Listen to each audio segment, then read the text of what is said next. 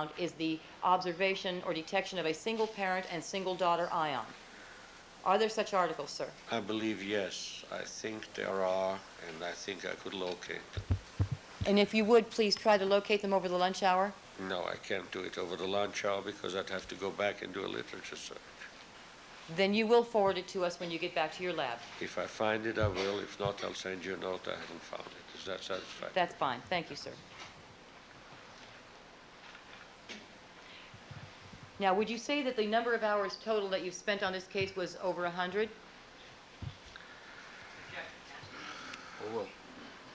Including the time I've spent here, I would say probably. What experiments have you conducted since September or October, when you were retained in this case in 1994, to prove that EDTA will degrade in sunlight? Asked and answered. We asked that question on the 24th. What experiments have you conducted since September of 1994 to prove that EDTA will degrade if it is left on metal? Objection. Asked and answered. Sustained. What experiments have you conducted to determine whether EDTA will degrade when it is on paint? Yeah, objection. Asked and answered. Counsel arguing. Sustained. Why don't you just ask him the omnibus question? Did you conduct any experiments regarding degradation? Did you conduct any experiments, sir, with respect to the degradation of EDTA when exposed to any kind of compound or element? No, I looked at the literature, but I haven't done any experiments myself. And is there any literature that you're aware of that determines that is based on experiments to show that EDTA will degrade in the presence of paint or metal or fertilizer or rust? There's lots in the literature about the breakdown of EDTA. Objection, non-responsive. And as far as in sludge, which contains all those things, yes. Dr. Rieders, is it your testimony that there are articles based on experiments that show that EDTA degrades when exposed to paint or metal or fertilizer or rust?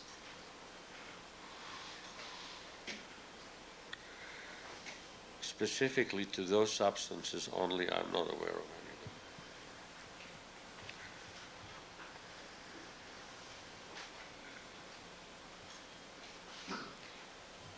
Would this be a Now, good spot? yes, that's fine. Excuse me, except for Dr. March's experiment. All right, ladies and gentlemen, we're going to take our recess for the noon hour. Dr. Rieders, you can step down. Please remember all of my admonitions to you. Don't discuss the case amongst yourselves. Don't form any opinions about the case. Don't conduct any deliberations until the matter has been submitted to you. Don't allow anybody to communicate with you with regard to the case. We'll stand in recess until 1:30. All right.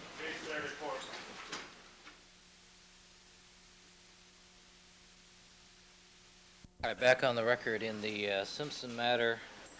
All parties are again present. We have a few evidentiary matters to take up before we invite the jurors to rejoin us to conclude with Dr. Rieders.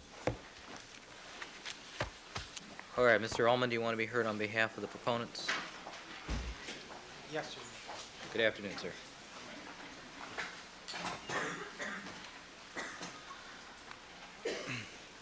Your Honor's ruling last week with respect to the access to the report of the Internal Affairs investigation and the reporter shield law were very careful, narrow rulings addressing essentially the admissibility of false leaks, as Your Honor characterized the information in terms of fabrication or disinformation, primarily with respect to the defense contention that blood was planted on the sock. And the court concluded that it was speculative to infer, even if a source of the disinformation were the LAPD, that the source participated in the planting of evidence or spoke directly with someone who did. We accept that ruling, even though we disagree with it. My purpose today is not to seek a reconsideration of that ruling. But the issue that we'd like to address today is a broader one. and that is whether the leaking of accurate information by the Los Angeles Police Department is material and relevant to the defense. And in addressing this broader issue, we would ask the court to take a broad view of the defense theory of this case in the terms in which that theory will actually be argued to the jury. This aspect of the defense in this case has frequently been mischaracterized by the prosecution, and I think that's part of the problem.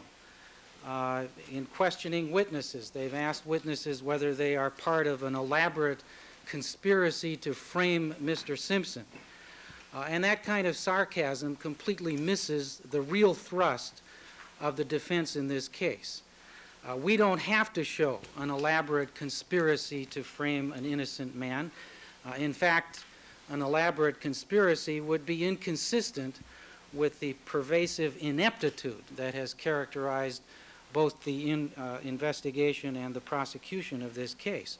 Our defense, quite simply, is not that there is an elaborate conspiracy, but simply that the evidence in this case cannot be trusted. It cannot be credited. It lacks integrity.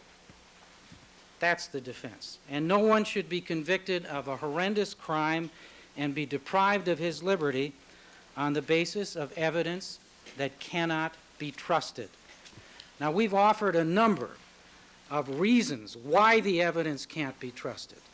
First, some of the persons who collected or handled the evidence are corrupt. There are individuals involved in this case who are capable of planting or manufacturing evidence, and who did so in this case. Secondly, some of the persons who collected or handled the evidence in this case are incompetent. Acceptable professional standards for the handling of evidence were not met or maintained, and the documentation that accompanied the collection of the evidence lacks credibility, lacks precision. Thirdly, some of the persons who collected or handled evidence in this case are careless, that the sophisticated scientific testing is of little use if evidence has been contaminated by careless handling. And finally, some of the persons who collected or handled evidence in this case are manipulative. The goal of this investigation was not a search for the truth, but a search for the restoration of a tarnished image. Evidence and information were handled in ways not designed to assist the court, but in ways designed to enhance the public image of the Los Angeles Police Department. I think it's often overlooked that the motive to plant blood on a sock or on a gate may not have been to frame an innocent man. It may have been done by persons who were convinced that Mr. Simpson is guilty and who were concerned that previous screw-ups had compromised the ability to prove that guilt in a court of law and would have to be enhanced by extracurricular efforts. Now, the motive doesn't make any difference. We don't have to prove the motive. The integrity of the evidence is just as questionable whether it was done to frame an innocent man or whether it was done to restore the tarnished image of the Los Angeles Police Department.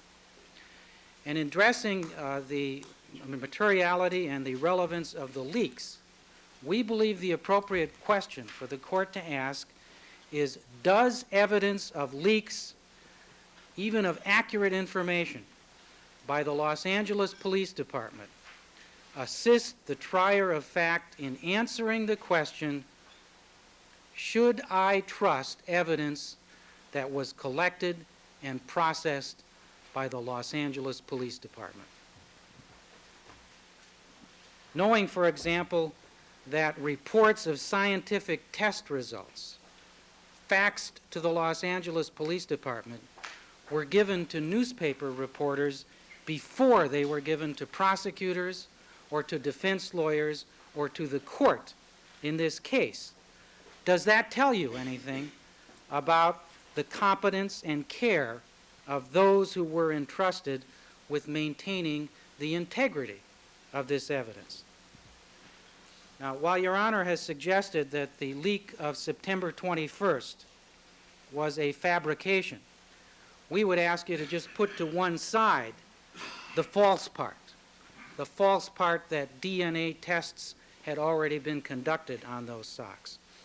The reports were accurate in leaking the information that blood had been uncovered on one of the socks or discovered on one of the socks, and that this blood had been linked to the victim, Nicole Brown Simpson, by means of testing, even though the part about what kind of testing was conducted was inaccurate.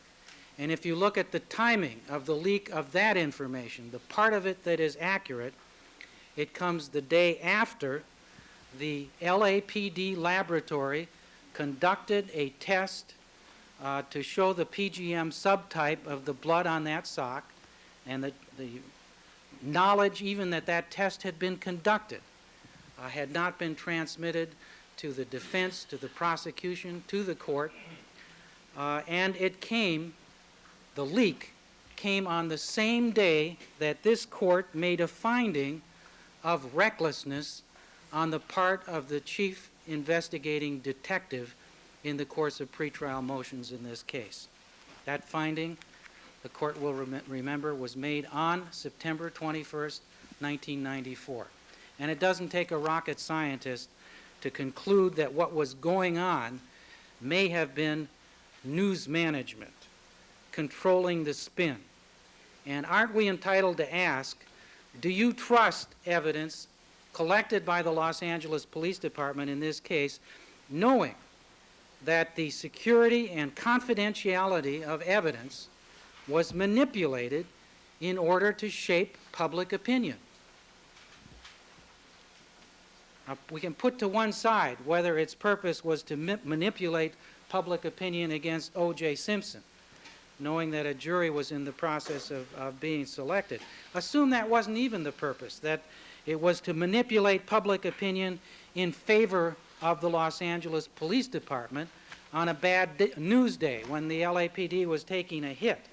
The result is the same, and the result is we have less trust in the LAPD. We have less confidence in the evidence that they collected and handled. And finally, I would ask the court to consider the materiality and relevance of this evidence as rebuttal to contradict the testimony of key prosecution witnesses. The testimony, for example, of Detectives Van Adder and Lang, that the investigation conducted in this case was a thorough and professional one consistent with their years of long experience as homicide detectives. The implicit message of that testimony was simply, you can trust us, and you can trust the evidence we collected. And the lapses in procedure, such as bringing a blood vial of the suspect back to the scene in a coat pocket, were minor and inconsequential and don't affect the integrity of the evidence. Actually, I thought it was in a gray envelope. A Gray envelope. Well, you're right. It was in a gray envelope. Bringing it back to the crime scene, however, certainly was a departure from normal procedure. And there have been lots of departures from normal procedure that have been brought out in this case. And those departures raise questions. And the counter to those questions has been, you can trust us. You can rest assured that the evidence was handled with integrity. And that's the relevance of these leaks, because it suggests to the court, to the jury, as the finder of fact, that you need to really wonder about how much confidence you can have in this evidence, how much trust you can have in those who collected and processed it. There's also the testimony of Mr. Matheson with respect to elaborate special security established for the security of the evidence in this case. I mean, they really describe the evidence control facility as a Fort Knox. And if penetration of that level of security was possible to manipulate information by selective leaks of that information to the press, that raises an inference. And that inference is a question. Can you really trust that the evidence was as secure and as safe from any tampering, from any contamination, from any compromising, as the prosecution would have us believe? Now, of course, there's lots of other evidence to support the defense case, to show that there was corruption, there was incompetence, there was carelessness, there was manipulation. But the test of materiality and of relevance is not whether the evidence is needed to prove a fact that can't be proven by any other means. It's whether the evidence supports an inference which is of consequence to this case. And I can't think of any greater consequence to this case than the integrity of the evidence, the degree of trust we have in those who collected and handled it, the degree of confidence we have in their credibility.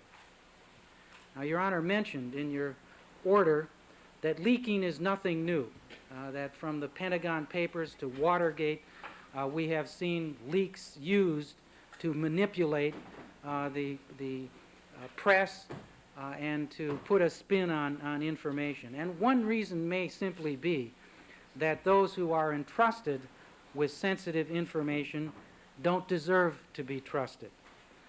And one consequence of a breach of that trust should be when it is exposed, they have to answer for it. And one place you answer for it is in a court of law, in which you are coming in and seeking to persuade a finder of fact, you can trust us. You can have confidence in the way we handled this evidence.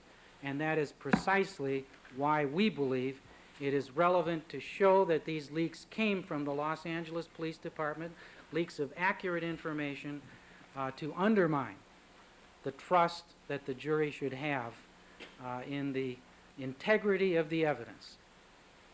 Mr. Uelmen, what are the specifics of your offer at this point? What do you intend to present? We would like to present simply a confirmation of the accuracy of the published reports with respect to accurate information. That is, that the leaks of the faxed information from Cellmark that came to the LAPD on September 12th actually appeared published in newspapers before they were delivered to the defense or the prosecution in this case. We believe we can separate the truthful part of the report of September 21st from the untruthful part. We would not offer the portion relating to DNA testing, but we would offer the portion relating to finding blood on the socks, to an attempt to link that blood to Nicole Brown Simpson, and showing that this information was published, appeared in on television before that information had been conveyed to this court. And we would also offer Mr. Bosco's report with respect to the active attempt to shop information around to news media, regardless of a showing that that information was false or inaccurate. Thank you.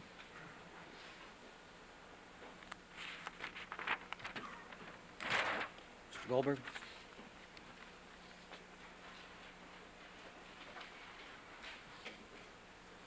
Good afternoon, Your Honor.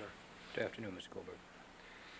Kind of reminded here of one of those monster movies that we've all seen where the monster is impaled and burned and stabbed, and just when you think it's finally going to rest, it rises up again out of the ashes. You're probably speaking of Friday the 13th. Yeah, I think so. I'm referring here, of course, to the matter now before the court, not Professor Uelmen. Your Honor, when we spoke very briefly about this issue on Thursday, it was mostly in the context of scheduling. I made a comment to the court to the effect that I felt this was a simple issue.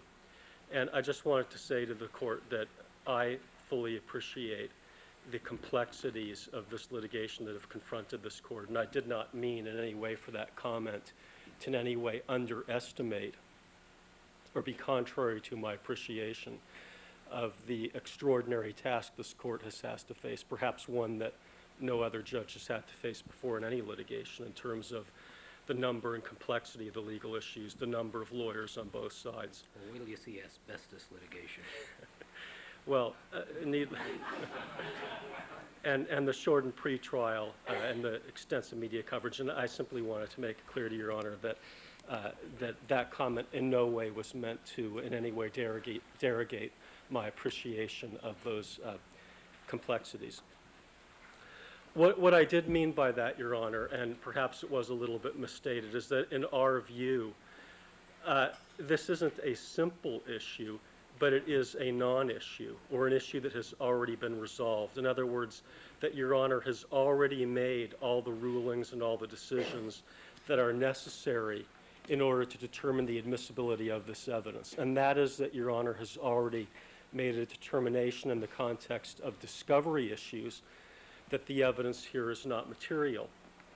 And in going back to the record of the arguments that I believe took place on Wednesday, the court started out by deciding the question of whether or not this evidence was going to be sufficient, or the prima facie showing was sufficient for the purposes of discovery of police personnel records.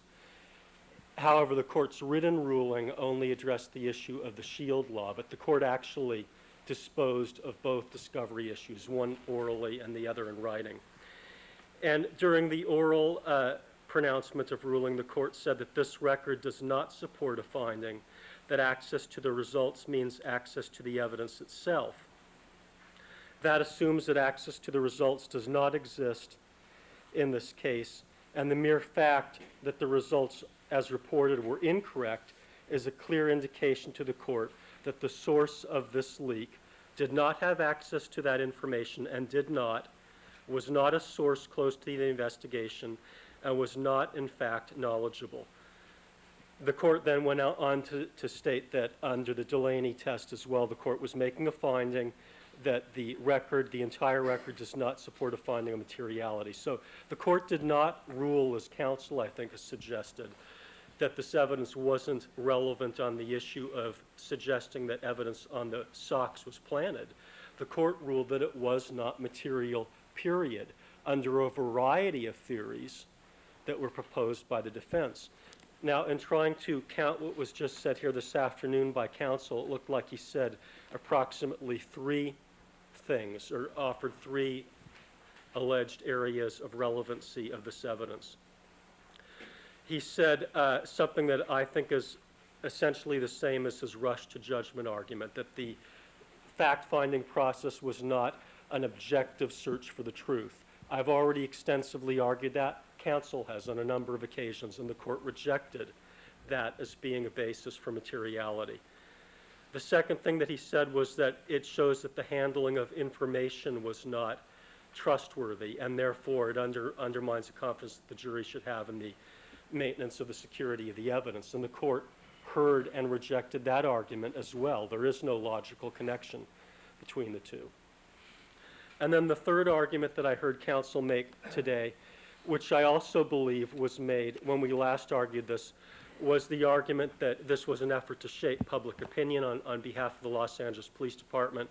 And as the court can recall, my response at the time that it was first made was that if some police officer somewhere out giving traffic tickets was proselytizing that in his opinion the defendant was guilty and the evidence overwhelming, that clearly there could be no possible relevance to that case. So this issue again was argued and rejected by the court. The court has very simply found that this isn't material. Now, we suggest that that disposes conclusively of the evidence in this case, because as I believe the court's comments indicated when we argued this issue last, the issue of materiality for relevancy purposes is only different from the issue of materiality for discovery purposes, insofar as for discovery it would be a slightly lesser standard, because the issue there is whether or not a prima facie showing can be made that they're going to discover evidence which might be beneficial to the defendant. They don't even have to show that it's necessarily going to be admissible per se. So here the standard is higher in terms of materiality than it was at the time that the court was ruling in the context of a discovery hearing. So we would suggest, and we are very confident in this, and I think the court's comments are consistent with this, that it is not logically possible for the court to rule that this evidence, which was so immaterial that the court wasn't even going to allow further discovery on the issue or further exploration to perhaps give the defense the opportunity to shore things up a little bit, it was so immaterial for those purposes, is nevertheless sufficiently material that not only should it be admitted, or not only can it legally be admitted in front of the jury and overcome a relevancy objection, but it could also overcome an evidence code section 352 objection that it is more probative than prejudicial. Those two positions are irreconcilable. The court cannot logically come to the conclusion that it's so irrelevant that no further discovery should be allowed, and then at the same time conclude that it's sufficiently material and probative under 352 to come before the jury. But didn't we hear a different offer today? The offer being that actual, accurate, yet arguably premature disclosure of information is somehow relevant. That's a different argument than we heard before. Yeah, somehow relevant, but relevant to what? He said it's relevant to rush to judgment, relevant to mishandling of information, and relevant to an effort to shape public opinion, and all those arguments have been previously made.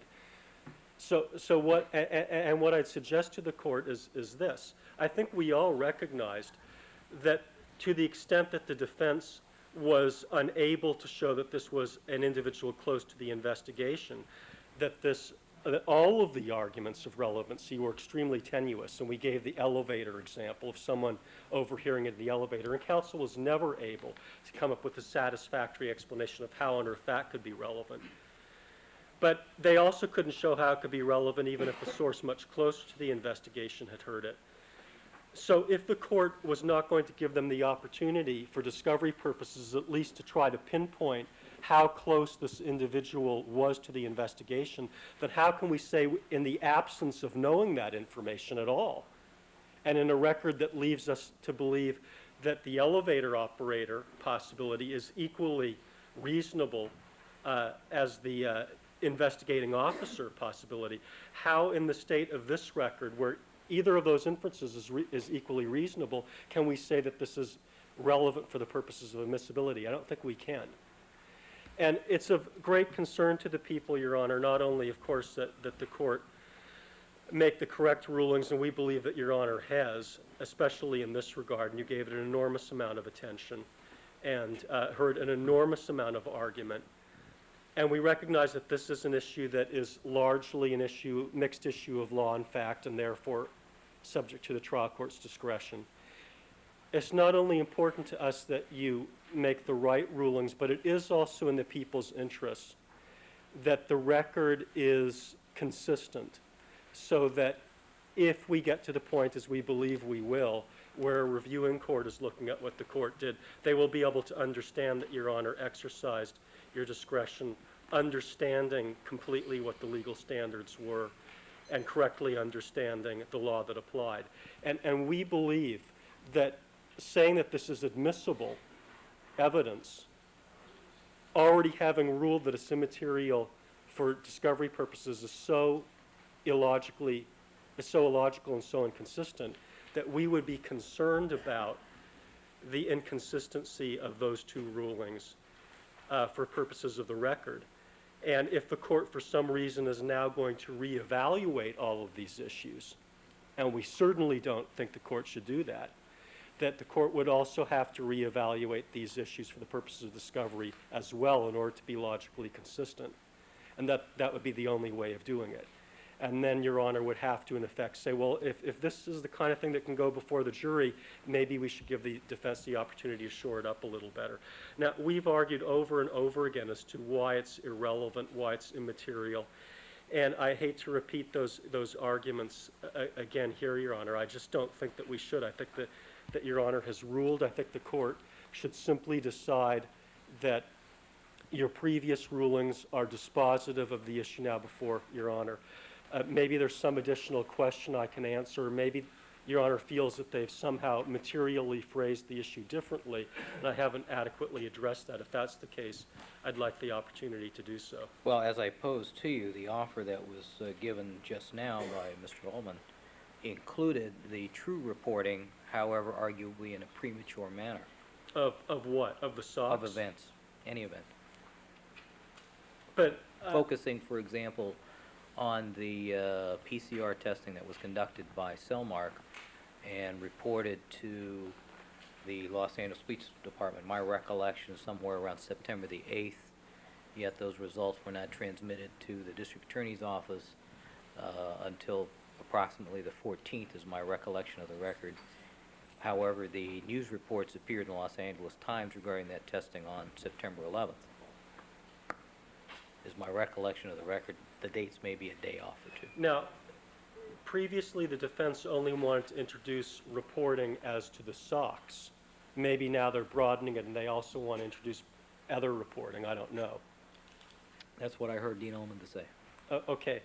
And then we have to ask ourselves, what is it relevant to? I mean, just saying, well, it's relevant, we'd like to get it in, doesn't do it. What is it relevant to? I think that they're now conceding that Your Honor has decided that none of these leaks, so-called leaks, are relevant to the issue of the SOX and planting evidence on the SOX. It doesn't go to evidence planting. Does it go to bias? Well, we'd have to know who on earth was responsible for the leak before we could even get to the issue of bias. So it doesn't go to that. We've heard rush to judgment, and we've argued previously that this whole question of rush to judgment is not an issue because the subjective mental processes of the investigating officers or the prosecutors is not relevant. If it were, as I previously stated, we'd need expert testimony as to what a reasonable police officer would have believed in terms of the defendant's guilt and when he would have formed those beliefs, and then they'd be entitled to call an expert in rebuttal to suggest to the contrary. It would just take us down a path that would lead us into a form of inquiry and a type of inquiry that's totally irrelevant here. The jury has to decide this based upon the objective persuasiveness of the facts, not whether they think that the detectives correctly evaluated those facts. Is it relevant to show some sort of an effort to shape public opinion? Well, if it is, then does the prosecution get to put in the numerous press conferences, I guess you couldn't call them leaks, by the defense in their efforts to shape public opinion? You know, there are many people watching this trial that do believe that there is a conspiracy of sorts who would characterize that conspiracy to obstruct justice in their minds as emanating from the defense's efforts to try to saturate public opinion with their particular viewpoint and their particular spin on this case. I don't think that's admissible. I mean, whether it's proper or not, whether it should be done or not, it is not admissible. So are we going to be able to get in that evidence? I do not see any logical theory as to how on earth you can try a case based upon information that has been given to both sides by the press, especially when they can't even pinpoint, and there's no way of being able to pinpoint who on earth was responsible, if anyone for sure, of giving this information to the press. Now, with respect to the admissibility of this evidence, Your Honor, there are some other issues that I'd like to get to, but I don't think I need to unless the court somehow decides that it's going to reevaluate the very carefully worded written decision, an oral decision that Your Honor already made. But those other issues include things like hearsay, absence of foundation, the fact that a lot of this evidence would require witnesses to offer inadmissible opinions as to who it was that they were speaking to without foundation as to how they know who they were speaking to. There are a lot of other legal issues dealing with authentication, dealing with hearsay, dealing with opinion and conjecture. But I would prefer, with the court's permission, not to address those at this point. And there's also another issue beyond those as to how we are going to cross-examine witnesses who would only give us partial information and invoke some kind of a shield in order to prevent any kind of meaningful cross-examination. I would simply offer conclusions and opinions without allowing us to try to figure out what the basis for that conclusion and opinion is. With Your Honor's permission, I would ask to be allowed not to argue those right now, and I previously argued them in other contexts before anyway, because they are not relevant if the court concludes that its rulings are already dispositive on this issue. Thank you. Thanks. Mr. Uelmen?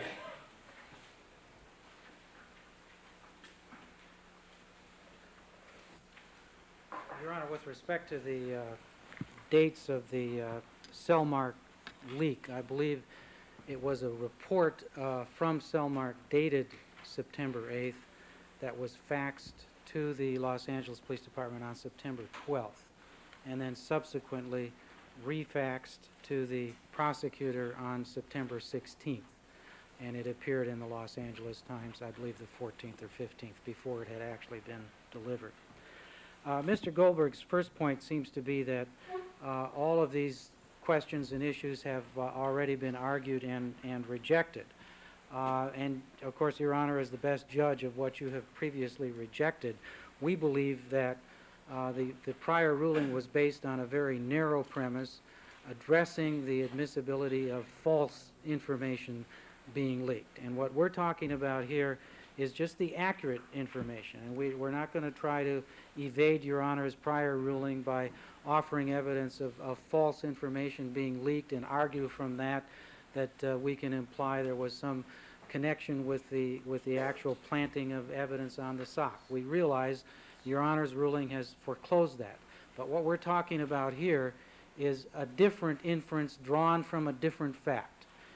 Inferring from the fact that accurate information was leaked to the news media before it was delivered to the prosecution or the defense, that in and of itself gives rise to some distrust of the attempt by the Los Angeles Police Department witnesses to create the impression with this jury that the evidence was very carefully handled, that the information was kept in very secure form, and therefore that they need not be concerned about any risks of compromising this evidence.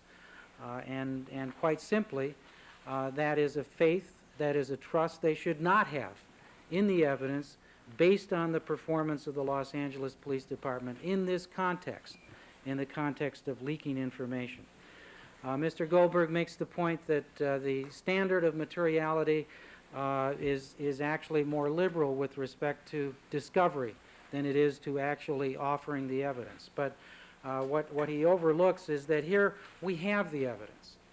What we are seeking to offer is actual publication of information and to show when that information was published as opposed to what kind of control existed over the information at the time it was published.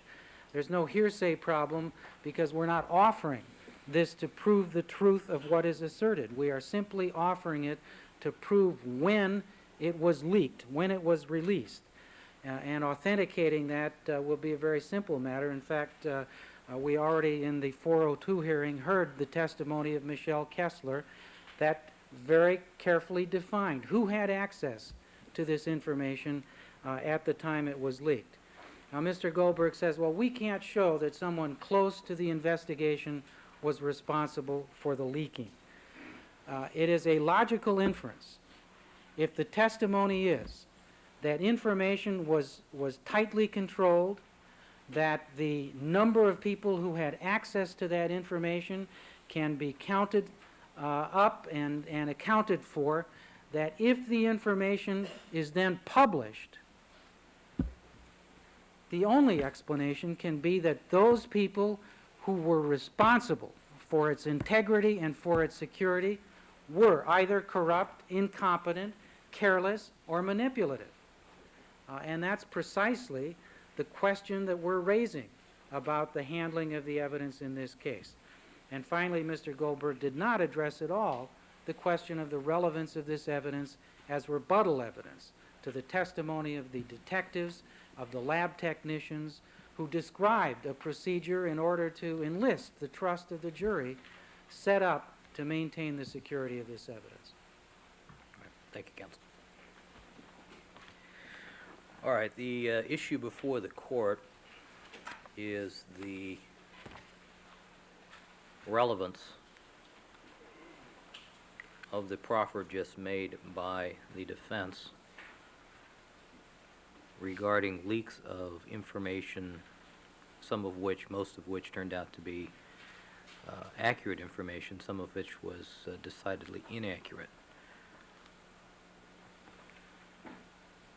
The issue being whether or not premature disclosure to the news media before it's known to the prosecuting attorneys or before it's known to the defense or the court is probative of some of the issues that have been raised in this trial. The defense is quite correct that they have vigorously raised before the triers of fact challenges to the competence of the individuals who collected the evidence, have raised issues regarding carelessness in its handling,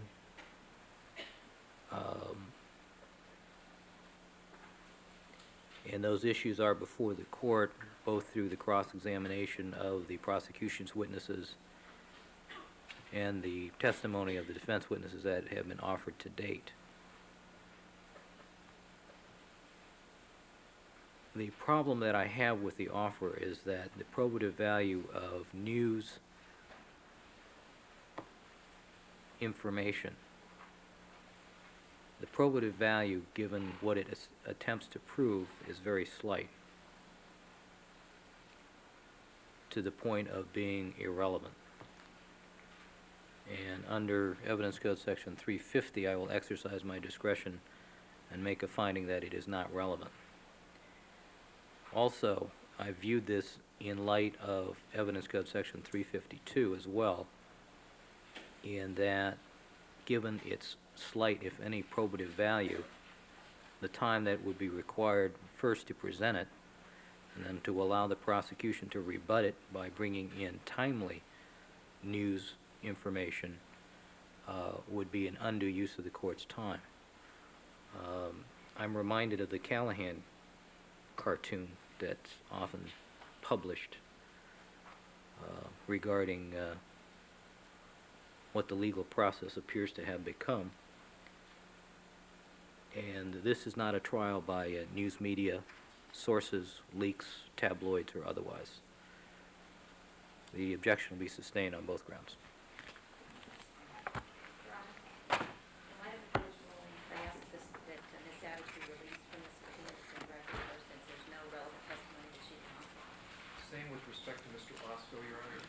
I have no idea what other relevant information they may have.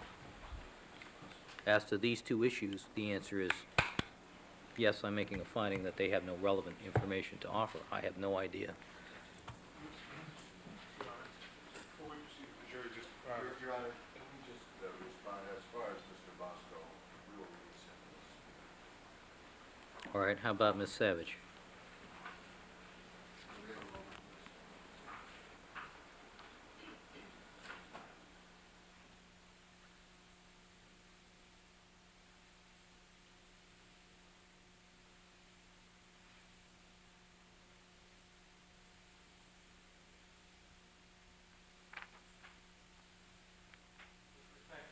Savage, we'd like to confer on that at greater length before we... All right, Ms. Sager, I understand your client is out of town, not due back until the 21st.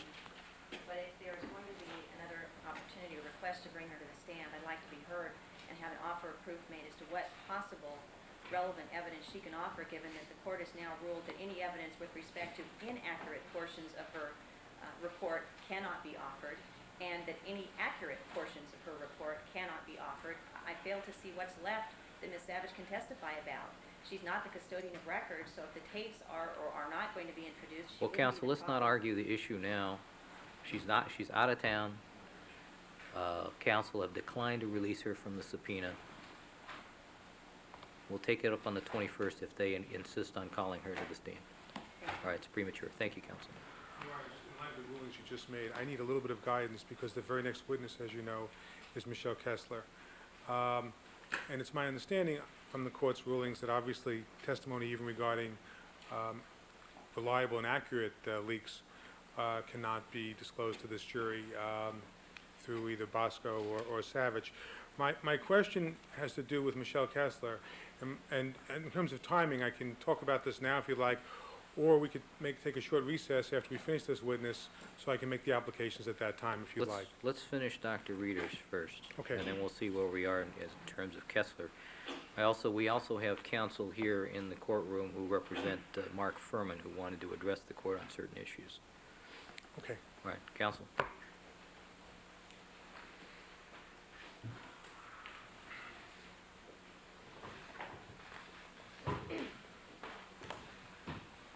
Morning, Your Honor. My Hi. name is Laurie Butler. I'm Robert Turtelow's partner.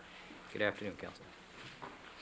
And we are here basically as a result of finally having obtained a copy of the protective order that was issued with respect to the Laura Hart McKinney tapes. And specifically, I would reference the court to two things. My partner sent you a letter referencing his concerns about the confidentiality with which the tapes are going to be maintained and the right of counsel for the defense to make commentary about such tapes on such shows as Larry King Live and other television and radio programs. Those concerns were expressed by Mr. Turtelow. We are also here, Your Honor, this afternoon to seek access to the tapes on behalf of Mr. Furman. The reason we are seeking such access is that, first of all, the order was made in our absence without our knowledge and without any opportunity on behalf of Detective Furman to object to or make any statement with respect to his interests. And we believe he does have an interest in these tapes. They are his voice in great part. And again, I am speaking without having heard the tapes because we have not had access to the tapes. But it is my understanding that they represent a dialogue between Ms. McKinney and and Detective Furman, which was to form the basis for a Hollywood screenplay. With that in mind, I think the attorney for Laura Hart McKinney has noted in an LA Times article which appeared on August 12, 1995, that there was some sort of business relationship between Detective Furman and Ms. McKinney. And from that, I think it's implicit that Detective Furman has rights to those tapes. And I'm sorry. Are you arguing that because it's reported in the LA Times that I should No. take that as No, I'm not, Your Honor. evidence of a business relationship? No, I'm simply pointing to that as a statement by the attorney by the purported owner, the woman who has claimed before this court and other courts that she is the owner of the tapes. We are taking the position, and we are representing to this court, that to the extent that that Detective Furman's voice is on that tape, and he is an author of the statements in that tape was to be used ultimately for a screenplay. It is categorized in the protective order as intellectual property, which connotes a creative sort of written or transcripted creation, that Detective Furman has some rights to these tapes and certainly has a right to access to them along the same lines as has been given to the defense counsel, the district attorney, the court, and their respective support personnel. All right, Ms. Butler, let me ask you this. Did your client, Mr. Furman, have a contractual consulting agreement with Ms. McKinney, which includes access to the materials, copies, transcripts, et cetera? It is my understanding that the relationship was one where he was to be involved in the ultimate exploitation of these tapes on some basis. I do not know the exact nature of the contractual terms because this was a relationship that evolved and the taped sessions occurred over several years, and the tapes were never ultimately reduced to a screenplay or a published work, but he clearly has rights in those tapes, and it would seem to me, Your Honor, that he would have a right to at least hear what is being said. And let me just focus on the second concern, and that was what my partner expressed, which is, and as I read the order, it does not bar anyone from voicing publicly their reaction to the tapes, whether they found them to be upsetting, to be chilling, to be anything. Once that happens, you have a body of tapes which have been characterized by one party with no prohibition by the court, and there could be further injury and defamation to Mr. Furman, Detective Furman, and he has no ability whatsoever to rebut any of this because he's been denied any access to his own voice. Ms. Butler, has your client made any requests of Ms. McKinney for a copy of the tapes or transcript? He is making it through us at this time, Your Honor. Well, the person who actually has the possession and control of the tapes and the transcript is still Ms. McKinney. What has been transmitted to the court is a copy. Have you made any inquiry of Mr. Schwartz or Mr. Regwan regarding Ms. McKinney's? I'm going to defer to Mr. Towne because he has made those attempts, and he is our co-counsel at this point, and I'll let him address that because he had made that inquiry. All right. Good afternoon, Mr. Towne. Would you spell your names for the court report, please? T-O-W-N-E. Thank you. Richard Towne for Detective Furman. On Friday, I attempted to contact Mr. Schwartz at his office. I left a very detailed message advising him of our interest, our representation, and our concern. Because we understand, without having had the same access that other parties involved in this matter have had to the tapes, that they are protected and protectable, and that Detective Furman has a right, an interest in those tapes under perhaps the copyright law, under perhaps California's common law with respect to the protection of ideas disclosed in a confidential relationship. And the upshot, I have not received, at least as of the last time I checked my office today, any response from Mr. Schwartz.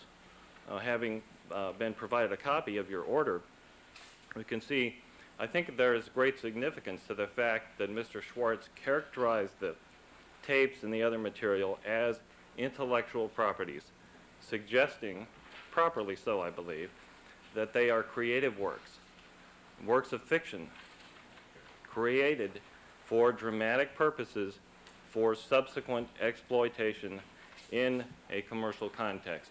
We have now a situation where, pursuant to the court's order, one, if not the creator of this potentially valuable, and we say potentially valuable because Mr. Schwartz has so characterized the material in excerpts and articles from the Times, we have those potentially valuable properties outside of Detective Furman's access, custody, control, or review, where their authenticity and in fact the manner in which they've been maintained in custody over some years has not been determined. And I think it ought to be determined. So our situation is we would like equal access to that which the parties, pursuant to the court's order, now have. All right. Have you consulted with counsel for either side, either the prosecution or the defense, and asked for their cooperation in contacting Ms. McKinney for this purpose? No, we have not had the chance to do so, but would like to do so.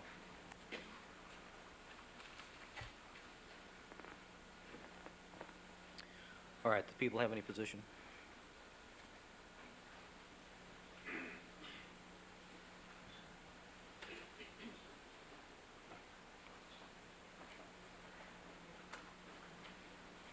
It sounds to me like they're asking for Detective Furman's right to know what's on the tapes and in the transcripts, and as long as the proprietary interests are preserved as indicated in the court order, the protective order, people really have no position. Mr. Cochran?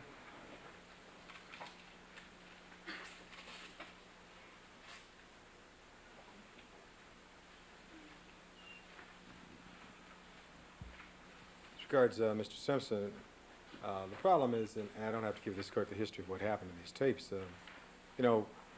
We're the ones who went and got these tapes. What the court has is a copy, which I arranged to have brought out here, or what the court will have shortly. What the counsel has is a copy. These are impeachment. They don't have a right to these tapes. Furman doesn't have the right to these tapes. What they should be doing is talking to Matthew Schwartz and Ron Regwan regarding these tapes. I'm glad they admit it's Mr. Furman's voice, and it is his voice. This is not a screenplay. It's dialogue, and it's an interview is what it is. It's called an interview with Mark Furman. Now, we have no desire, and will not, short of an order from this court, turn anything over to them, because this is our impeachment of a witness who's still on the stand in cross-examination in a criminal case. And that's the issue in this case. And the court knows beyond that where this case is going to be, where we expect this case to go beyond this. So we're not going to cooperate with them with regard to this. They can talk to their client if they want to know what he says. He can tell them what he said over the last 10 years. We feel very strongly about this. It's the fruits of Mr. Simpson's lawyer's labors. And we are now going to use those, as the court knows, for impeachment of this witness and beyond this trial. And so we feel very strongly about it. May All I right. respond? Yes, Ms. Butler, the problem I have here is that under the discovery laws here that govern the conduct of this case, the defense has no obligation to disclose information that they are going to use for the purposes of impeachment, which they claim these tapes are. So I don't feel that I'm in a position to order them to turn this over to you. However, it seems to me that what you have is at this point in time, a civil dispute with Ms. McKinney regarding whose property these really are. And I would assume that she would be cooperative with Mr. Furman and his counsel in turning over a copy of the tape and of the transcript, because she cooperated with defense counsel. When the prosecution counsel made contact with her, she was also cooperative with them immediately upon learning that they wanted to have a copy, and in fairness, gave them a copy and subjected them to the protective order. I assume that because of the relationship between Mr. Furman and Ms. McKinney over a number of years, she would, at least out of a sense of fairness or obligation, provide him with the equal access, a copy, and the transcript. But do you understand the dilemma that I'm under, that I'm here in a criminal trial? No, I certainly understand. My concern was, it seems to me that the protective order really at this point precludes us from getting access to the tapes by virtue of the wording limiting the parties that may have access to it solely to those defined in the protective order. Well, I don't... And I don't know whether Ms. McKinney or her attorney has the right to unilaterally, at this point in time, disseminate tapes to Detective Furman or his counsel, barring a further order of this court, which is why we were here. If we felt we could accomplish this solely through a dialogue, a request, an agreement with her or her attorney, we would have done that. And we did try to do that, but we got no response. But we feel, having learned about the order and having first seen All it right. today, that Counsel, that's where we are. let me do this. Let me have my clerk call Mr. Schwartz's and Mr. Regwan's office. Okay? I'll ask them if they're willing to cooperate with you, if we clearly modify the protective order to allow Detective Furman and his counsel one copy with an order against any additional duplication, and see if they have any objection to providing that to you within 24 hours. All right. All right, so why don't you stand by? I'd like to finish my jury trial this afternoon, so I'll have Mrs. Robertson or my law clerk, Mr. Byrne, make the contact with Mr. Schwartz and Mr. Regwan, and we'll see if we can accomplish it the easy way. Okay, thank you, Your Honor. All Thank right. you very much. Don't go away. We'll be back here. All right, Mr. Ming, would you make sure that Mr. Byrne takes care of that? Thank you. Your Honor, can I just inquire with respect to Ms. Kessler, when it is we are going to need her, if at all, this afternoon.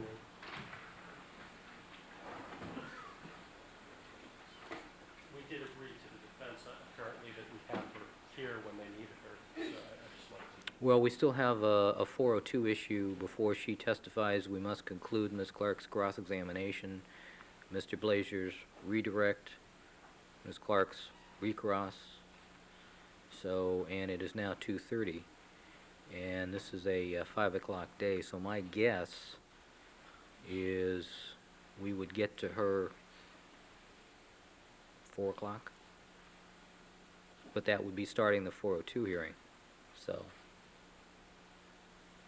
My understanding is that she's at Piper Tech, correct? Right.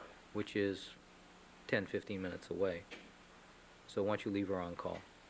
Thank you. All right. Is that agreeable to you, Mr. Neufeld?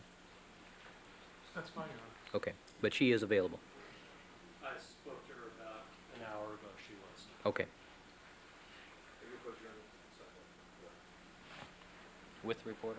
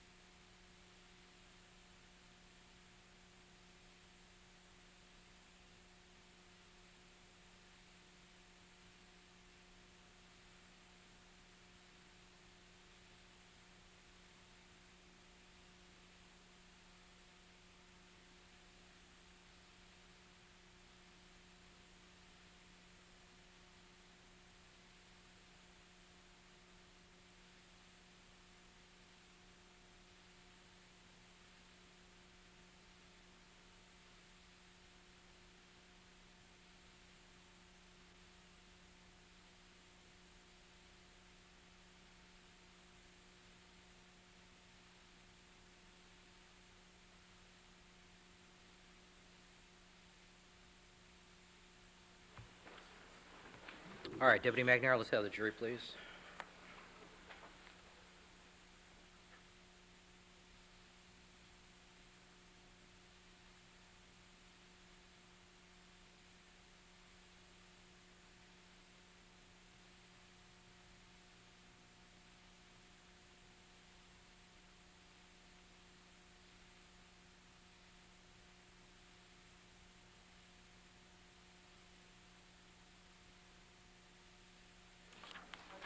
How much more do you have? How much left? 10 minutes? Well, you know what I mean. Okay. No, you know that's Mr. Cochran. You know, that wasn't fair. You know I'm not like that.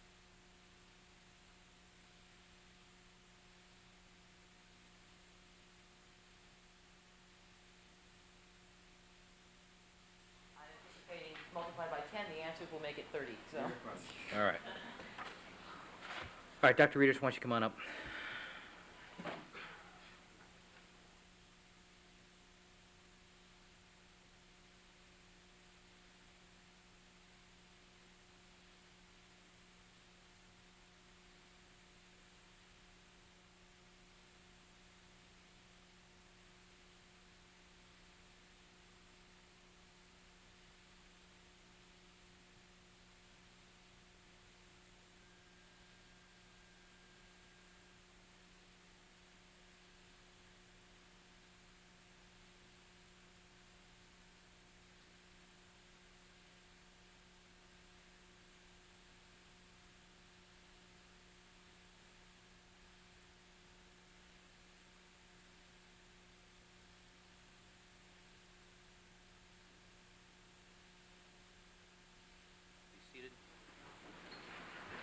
All right, let the record reflect we've been rejoined by all the members of our jury panel, that Dr. Fredric Rieders is on the witness stand undergoing cross-examination by Ms. Clark, and Ms. Clark, you may continue.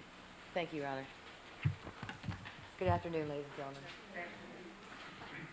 Sir, I've conferred with your counsel, and he tells me that you have billed so far $13,000 for your services. Yes. Does that sound right to you? Correct. That does not include your time in court today, is that correct? Correct. What else does that not include?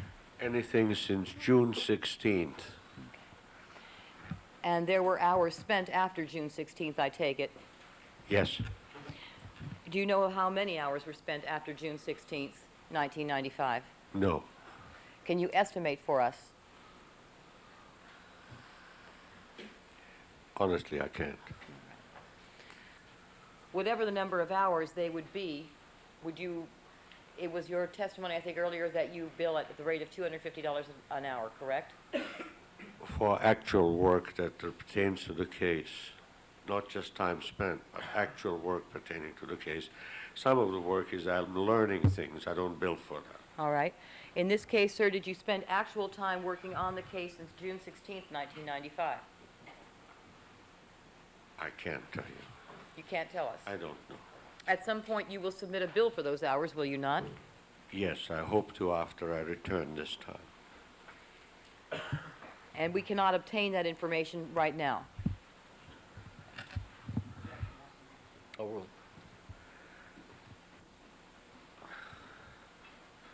I know it'll be over $10,000, but I don't know whether it'll be 12, 20, or 30. I really don't. I know it'll be over $10,000 because I can just see in my head that I've spent more than 50 hours right here in Los Angeles. All right. Then that would be another over $10,000 in addition to the $13,000 you've already billed, correct? Yes.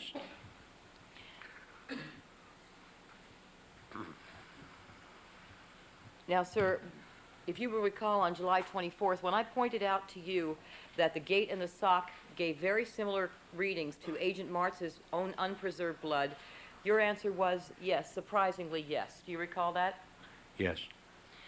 And when I asked you how you could account for that, you stated that you could not account for that, and you called the results of Agent Martz's unpreserved blood absurd. Do you recall that testimony? Approximately, yes. Would it help you to determine whether or not that is exactly what you said if I showed you a transcript of that testimony? If that's what it says, I'll concede to it if you have it right there. I don't want to spend any more time on it. Would you like to look at it, sir? No, not particularly.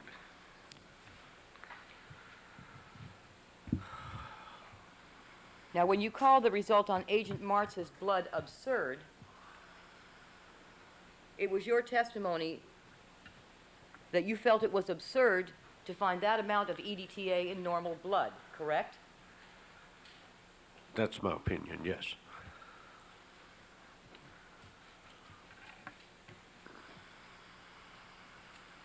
Now, after you wrote your report on July 17th, sir, the chromatographs depicting the readings on the gate and the sock stains did not change, did they?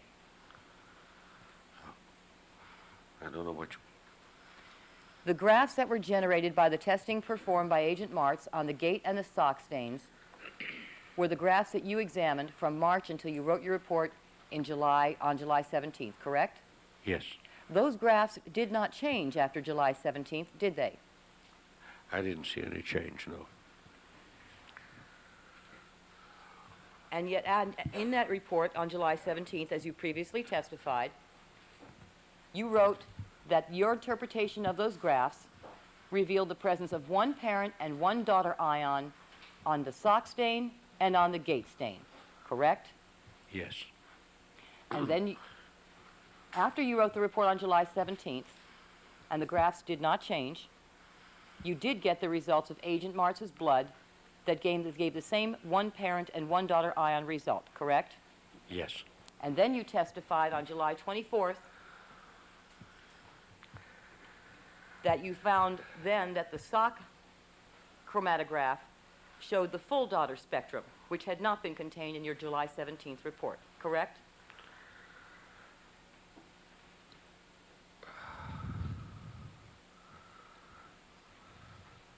Yes. Now, given the result, isn't it true, sir, that given the result on Agent Martz's blood, you realized that you could not maintain that the substance detected on the gate and the sock stains came from preserved blood unless you changed your opinion as to what the graphs showed on the evidence stains. Isn't that true? No.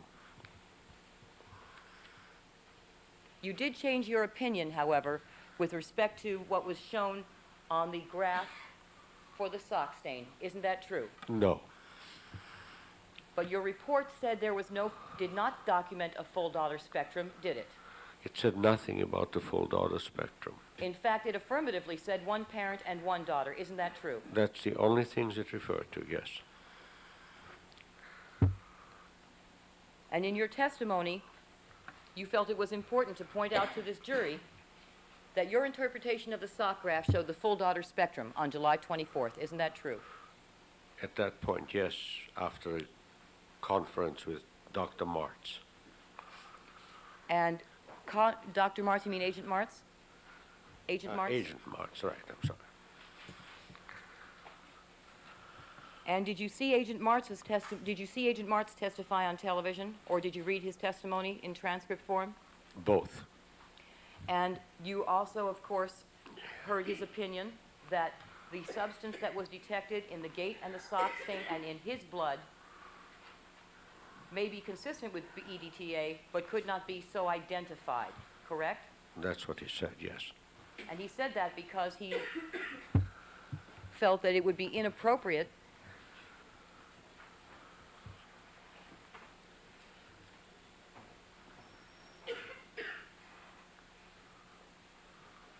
we're all doing it.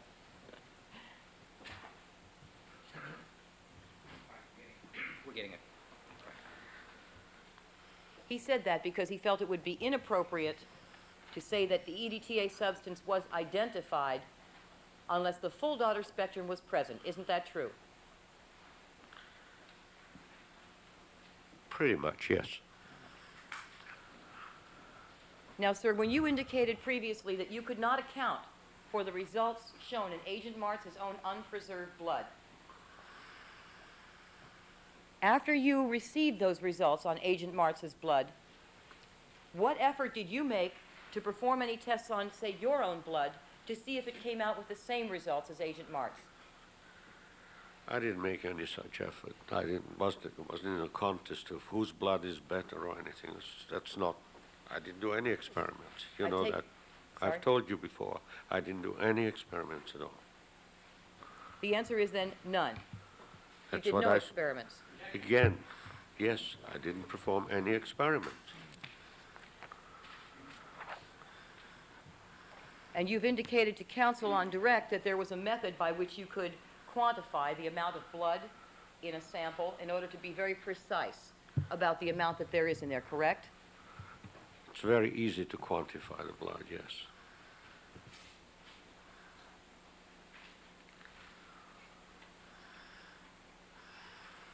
Now, you actually had blood stains 47, 50, and 78 from this case. Objection. I'd like to approach. All right, with the court reporter, please.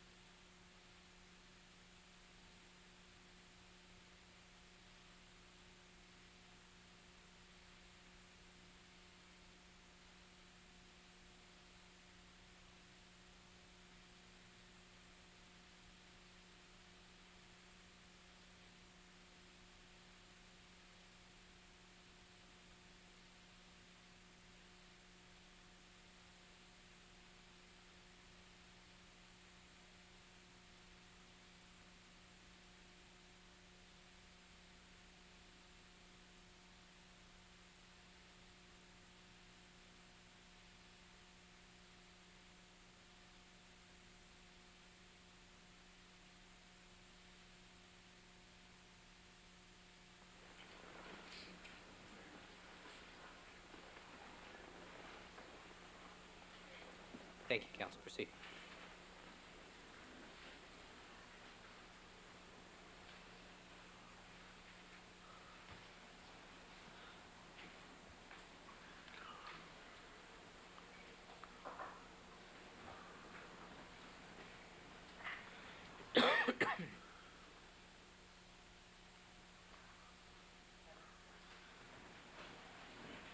Mr. Blasier. Ladies and gentlemen, good afternoon. Dr. Rieders, good afternoon. Good afternoon. How are you feeling today, doctor? I'm afraid I'm terribly irritable. This bronchitis and all has made me quite irritable. I'm sorry if I got carried away by it. Has Ms. Clark's questions made you feel any better? Beg pardon? Has Ms. Clark's questions made you feel any better? After lunch, I felt better. Sustained.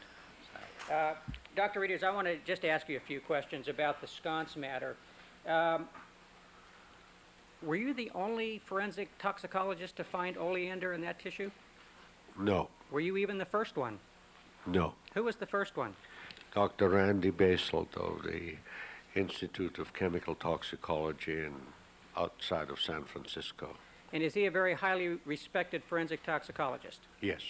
Now, Dr. Henyon, is he a highly respected forensic toxicologist? He's really not a forensic toxicologist. He hates to go to court, so.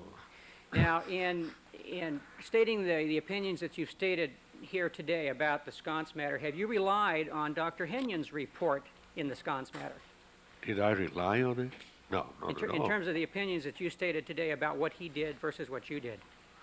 Well, I relied on what he wrote in his report. What aspect of his report did you rely on?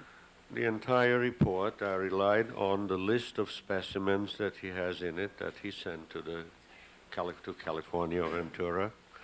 I relied on his own statement in there that what he didn't in any way, shape, or form have a bearing on what was in there when this man died years earlier. And are you referring to a specific part of his report that you relied on? Well, you mean the Specific report? sentence? Yes, yes. Could you read that, please? Sure, be glad to. What page are you referring to, Mr. Blasier? I think it's page Sir, 1 of the this is report. the first page after the cover. It is in the introduction. Yeah. If you don't have a copy. I can read the whole thing, but really this is the relevant portion, right? Well, let me read the whole paragraph. Objection, Your Honor. I think that the witness should be able to read to him. I'd like to see it. Oh, I'm sorry. I thought you had a copy.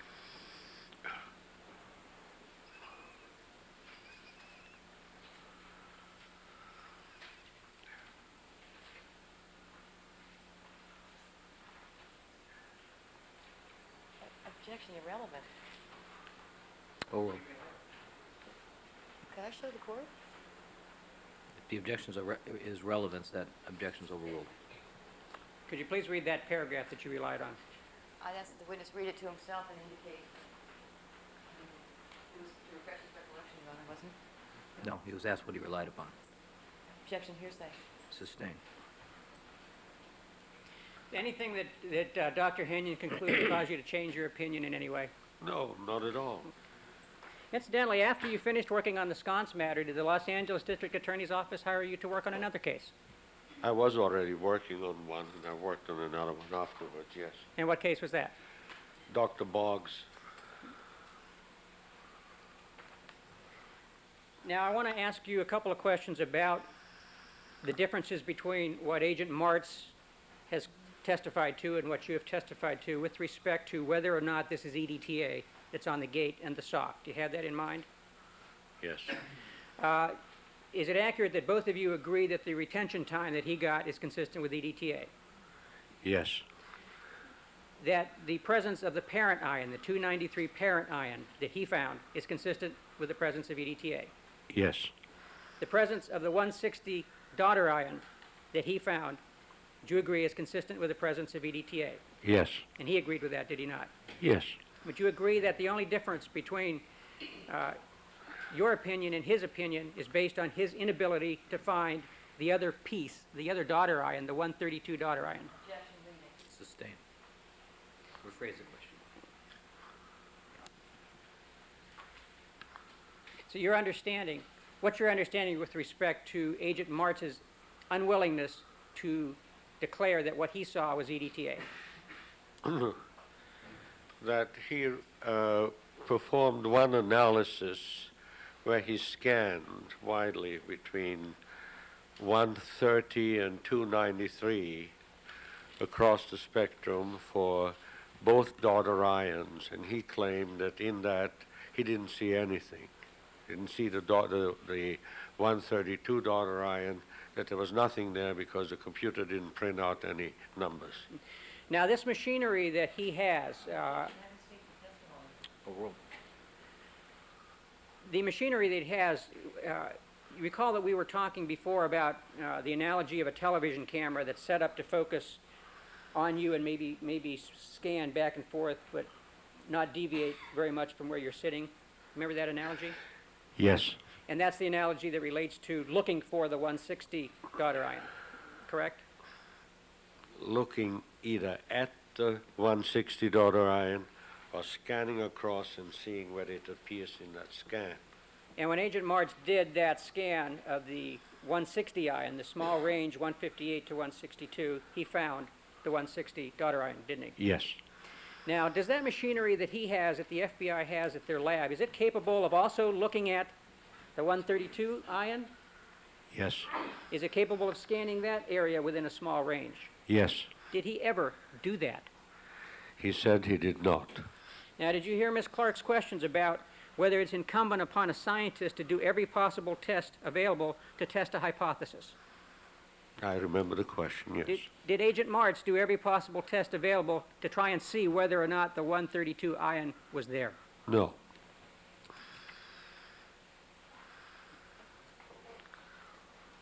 Now, you indicated that Agent March did one test that provided some information about whether or not EDTA on a metal can might be lost by virtue of it being on a metal surface. Remember that? Yes. What were you talking about?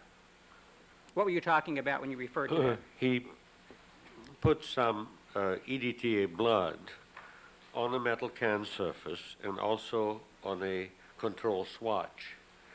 Then he wiped the surface subsequently, so he had a swatch from the surface and he had a control swatch, and he analyzed both. Sustained. Rephrase the question. Did you review Agent March's testimony? Yes. Did you read it and look at it on videotape? Yes. Did you hear his discussion about his test results with respect to the amount of EDTA he got off of his metal can versus the cloth swatch? Yes. And what's your understanding of that testimony? That he found EDTA in both. There was less in the one from the can than on the control swatch. And scientifically, what inference can be drawn from that? Well, one obvious inference is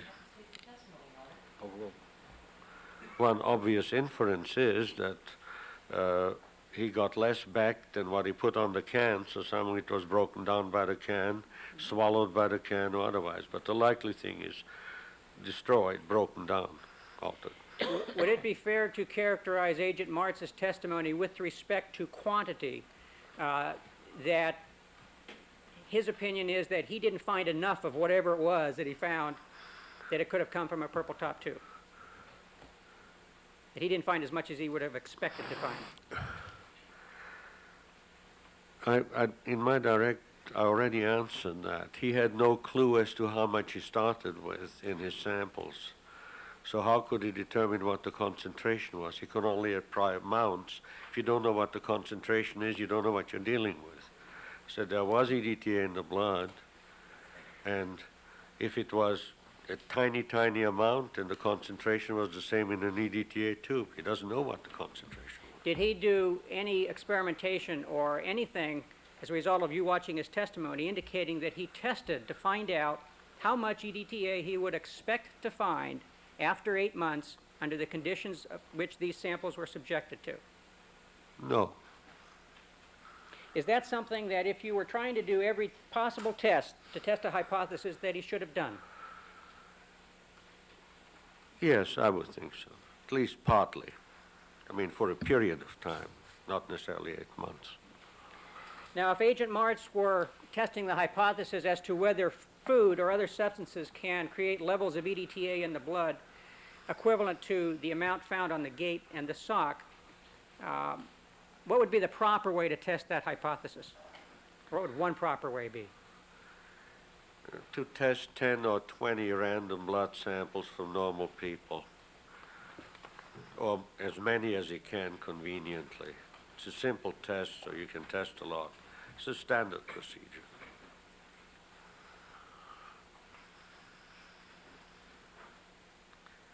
Do you feel that him testing his own blood after placing it in a red top tube for a period of time is an adequate test to determine how much EDTA he might have had in his blood originally?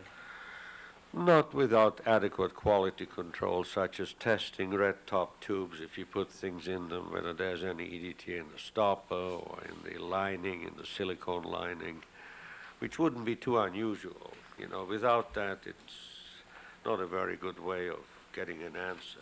Besides that, if you put blood in a red top tube, you can't test blood, you test serum or plasma. Why is that? Because it clots.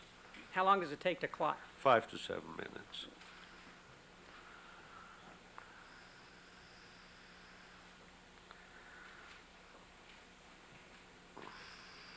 You have a minute, Turner? Certainly.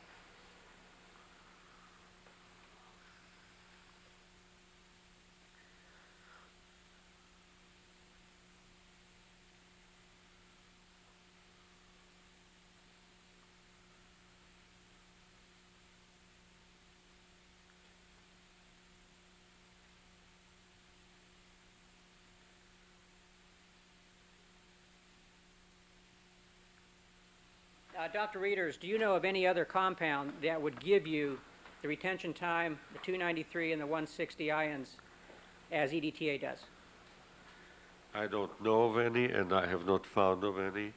I've specifically searched not the Merck Index, as was mentioned, but there's a separate Merck Index publication which lists molecular weights.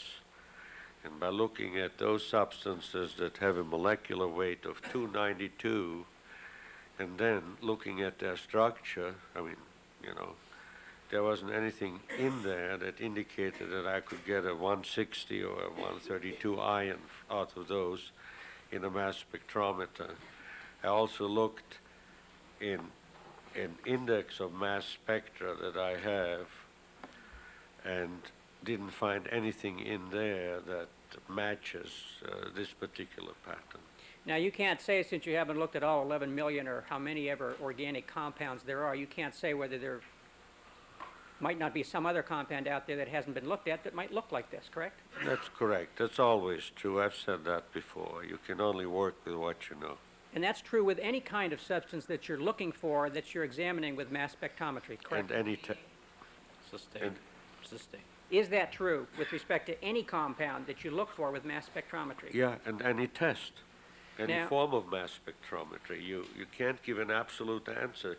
You cannot identify something to the exclusion of all other compounds unless you do it purely by faith alone. Now, we've been talking about tandem MS or MS-MS in this case. Why Yeah. is it, why do you repeat MS and then repeat it again? What does that mean? Well, the technique is a little bit different. I think I explained what MS is. I think maybe Roger March did too, about weighing a molecule, breaking it up like a diamond, and then weighing the pieces. In MS, what you do is you put the material into a mass spectrometer.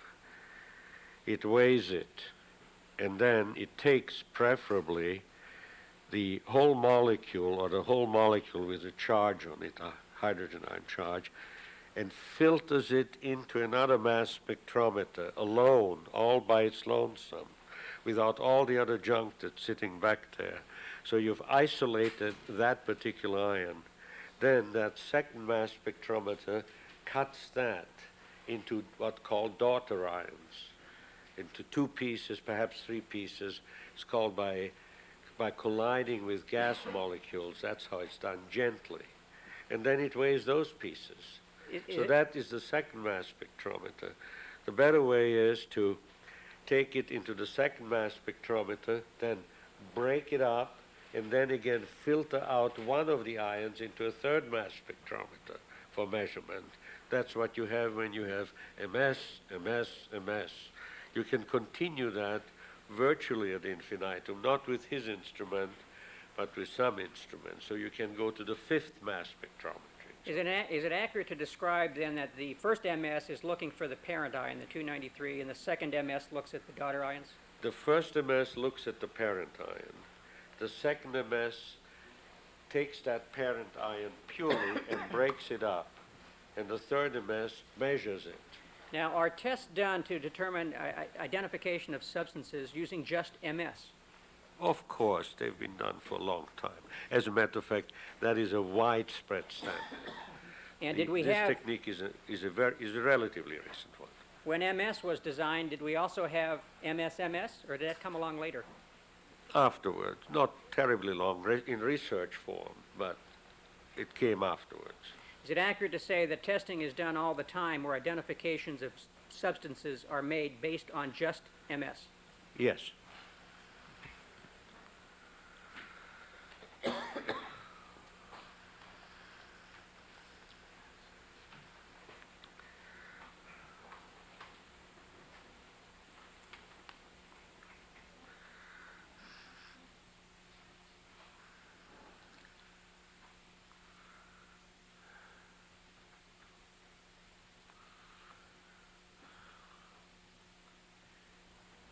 Doctor, after being cross-examined and hearing Agent Martz's testimony, do you stand by your opinion that what was found on the back gate and the sock to a reasonable degree of scientific certainty was EDTA? Yes. Do you stand by your opinion that the probable source for that EDTA was a purple top tube? Probably yes. Do you know of any other possible source for that amount of EDTA? Yes, theoretically. Any other source that you would expect to find in someone's human blood? If they have been treated with intravenous calcium EDTA within the last 8 hours for lead poisoning, yes. Other than that? Or for other forms of treatment, diagnostic or treatment with disodium calcium EDTA. How about just after normal diet? No way. That's all I have. Ms. Clark? You mean the readings that Agent Martz obtained in his unpreserved blood, there is no way that those could result from him having a normal diet in which he ingested food that contained the preservative EDTA? In my opinion, that's correct. It's no way. So the result that he got is not there. It's unreal. Is that right? No, I didn't say the result that he got isn't there. It's there on paper. How it got there is the question of what's its source. What are you trying to infer, Dr. Rieders? Are you trying to tell us that you think he added EDTA to his own blood? I didn't say that. You did. I said, I don't know what the source is. It could be contamination. It could be a mix-up. I seriously doubt that he would add it to it. He's an honest man. He's not a crook. But there are any number of ways that this can happen. And then one way that you've just mentioned was through the possible presence of EDTA in a red top tube. Is that one way you just mentioned? That's a possibility. He never checked it out, so it's not ruled out. So that's a possibility. Well, Dr. Rieders, did you ever check it out? Did you ever run any tests on a red top tube to determine whether there were trace amounts of EDTA contained in it? Sustained. On a red top tube? Yes, if he did any experiments whatsoever, and the answer was no.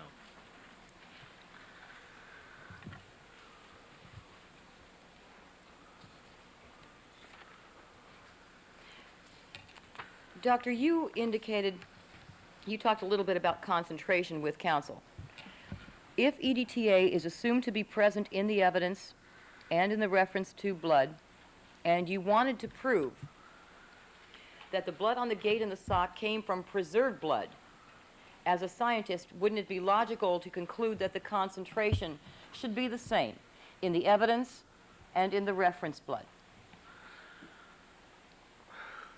If they are both fresh, yes. If one has been sitting on a fence for various periods of time, wouldn't have to be the same.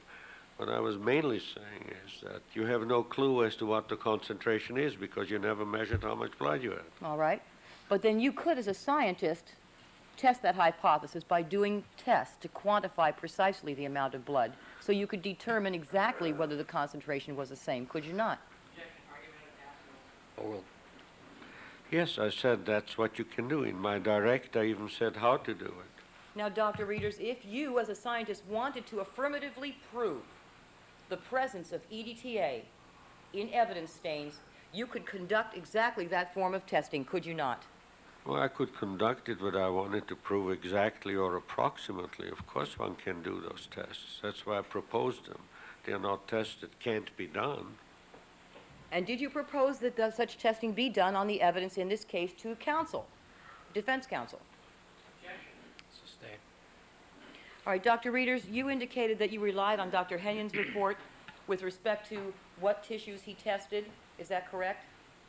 I'm sorry, where are we now? We're in Wisconsin. Oh. You Yeah, indicate, I relied on his report as to what tissues he tested, sure, because that's what he reported as having received and tested. I also relied on Dr. Lovell's letter stating what tissues he sent. all right. And then it's your position that based on your review of that report, that he never tested the tissues taken from the 1985 autopsy. Is that correct? Yes, that's correct. He says so himself. Would you change your opinion, Dr. Rieders, if I were to show you a videotape of autopsy tissues being delivered to the defense toxicologist Brian Finkel? No. What's Objection. that got Your to do Honor, with it? may we approach? Nope. He said no, wouldn't change his opinion. Proceed. In other words, if you were to be No. Sidebar with the court reporter.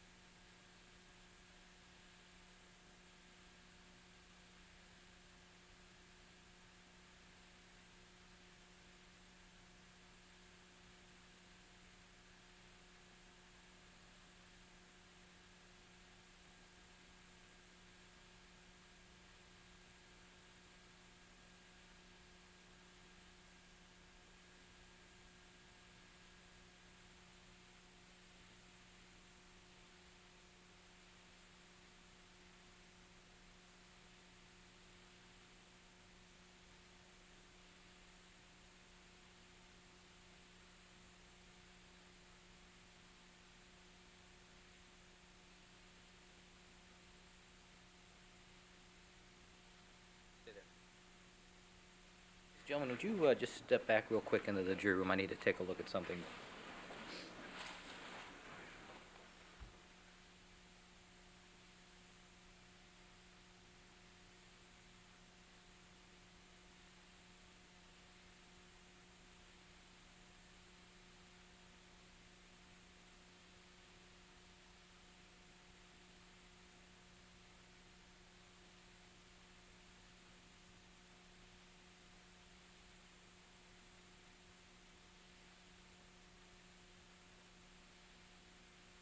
Well, before we do that, the report of Dr. Henyon that you've given to me and directed my attention to page 5, samples 001 to 007, that appears to be from the 91 exhumation, correct? Yes, that indicates that some of the tissues delivered, and there's no dispute that exhumation tissues were in fact delivered to Dr. Henyon. There's no All right. question. Those are the only samples They're not. in the report. It's the only ones in the report. All right, in the report, is there reference to any samples from the original autopsy? In whose report? In Dr. Henyon's report? Yes. I mean, what is the basis for you asking these questions? Because on redirect, the witness was asked. No. I'm asking within the reports that you have, where's the contradiction? No, that wasn't the point, Your Honor. Counsel asked Dr. Rieders whether, I think the witness ought to be excluded for this. I really do. Counsel asked Dr. Rieders whether reading the report refreshed his recollection as to whether Dr. Henyon got 85 autopsy samples or not. He indicated yes. He indicated that looking at the report, he was able to confirm the fact that Dr. Henyon never got 85 autopsy samples, and that's what I asked him. All right. I went back over that. I said, how does this report indicate to you that he did not get the 85 autopsy samples?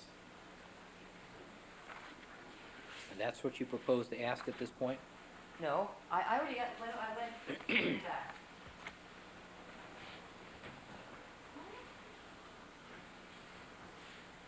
Or do you ask him what tissues were tested?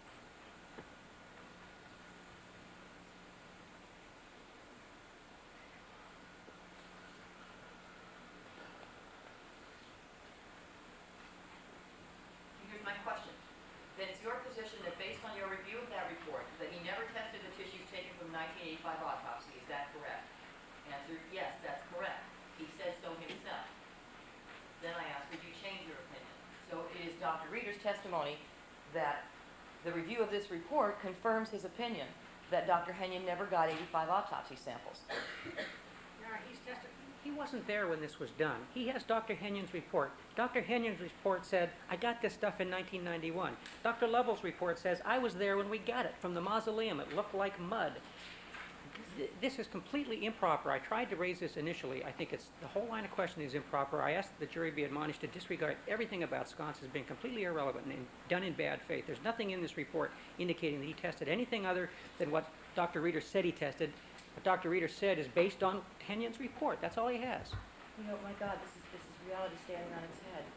It's absolutely clear. If you look at the videotape, Your Honor, we have all the memos from Brian Finkel. We have all the letters that indicate that he absolutely did get and test 85 autopsy tissues. There's no question about this. I don't think, perhaps counsel doesn't That know. he Henyon or he Finkel? He Finkel and he Henyon, both. Finkel hand-delivered samples to Dr. Henyon, and some of the samples that he hand-delivered were, in fact, 85 autopsy tissues that were given to him. All right, where do we have that documented?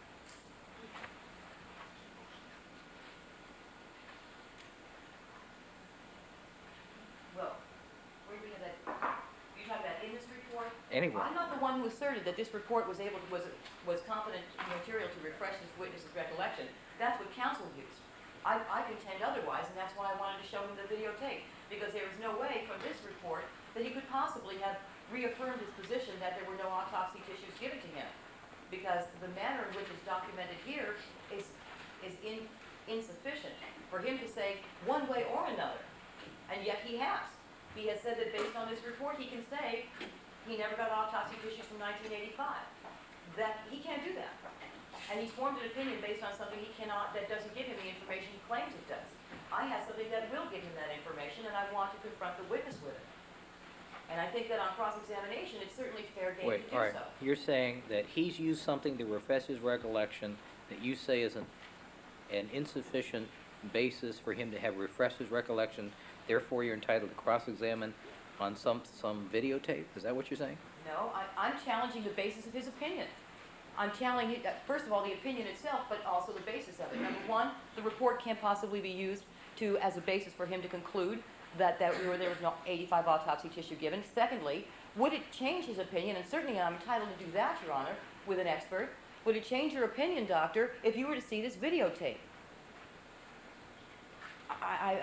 Which I does think- what? which shows the tissues being cut and split to give to Dr. Hinkle, who was working with Dr. Henyon on this case for the defense. This is a 1-minute videotape. One, I don't think that proves anything. Let's assume it's true.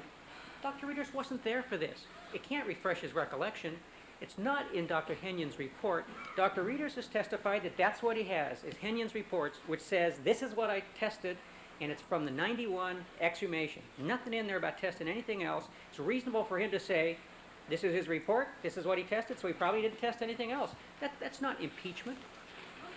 Your Honor, this witness has stated in categoric terms very definitely that the 1985 autopsy tissues were never sent for Dr. Henyon to test. He's been very emphatic in his testimony about that, Your Honor.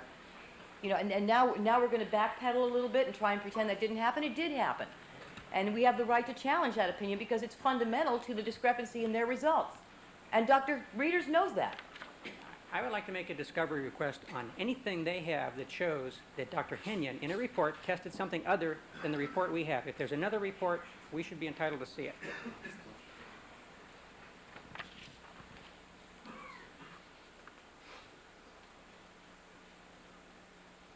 As well as anything that shows that Dr. Rieders would know something that Dr. Henyon did that's not in his report. And, Your Honor, let me point out something in Dr. Henyon's report as well. There is a listing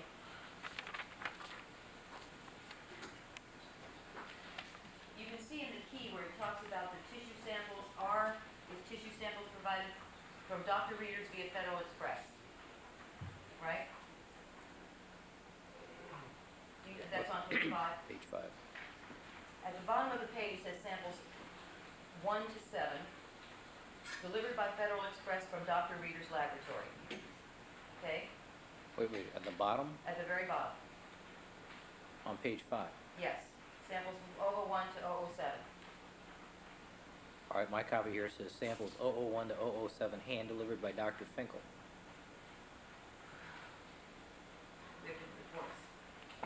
Well, show the maybe court- that's why I'm having a problem here. Yeah.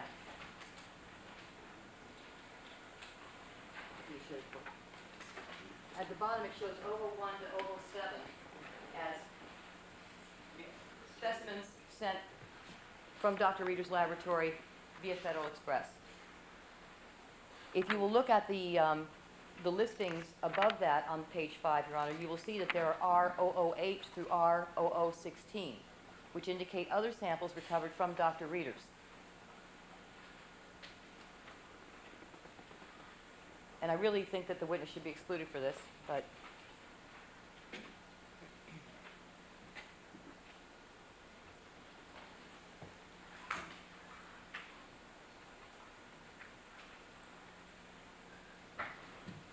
All right, looking at page 5 of what you've just given to me, would you direct my attention where it talks about 001 to 007 being 85 autopsy samples? I'm not saying that it does.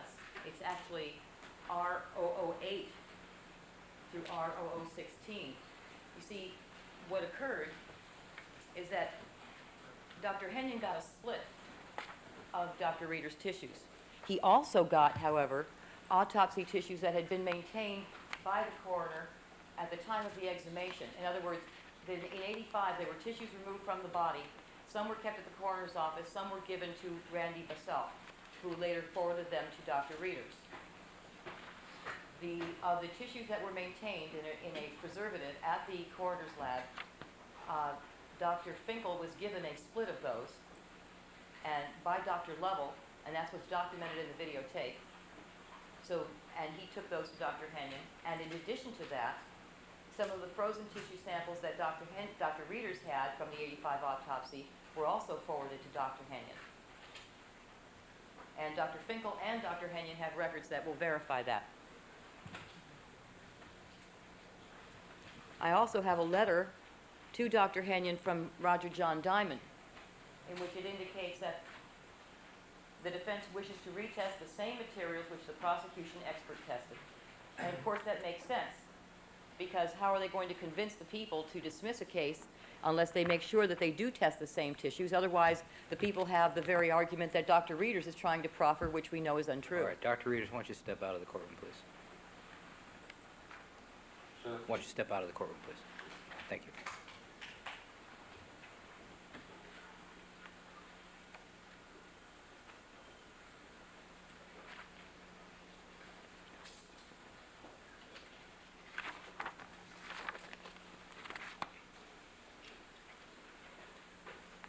Well, we got two different reports here, that's for sure. May we be provided with copies of both? That's our only copy.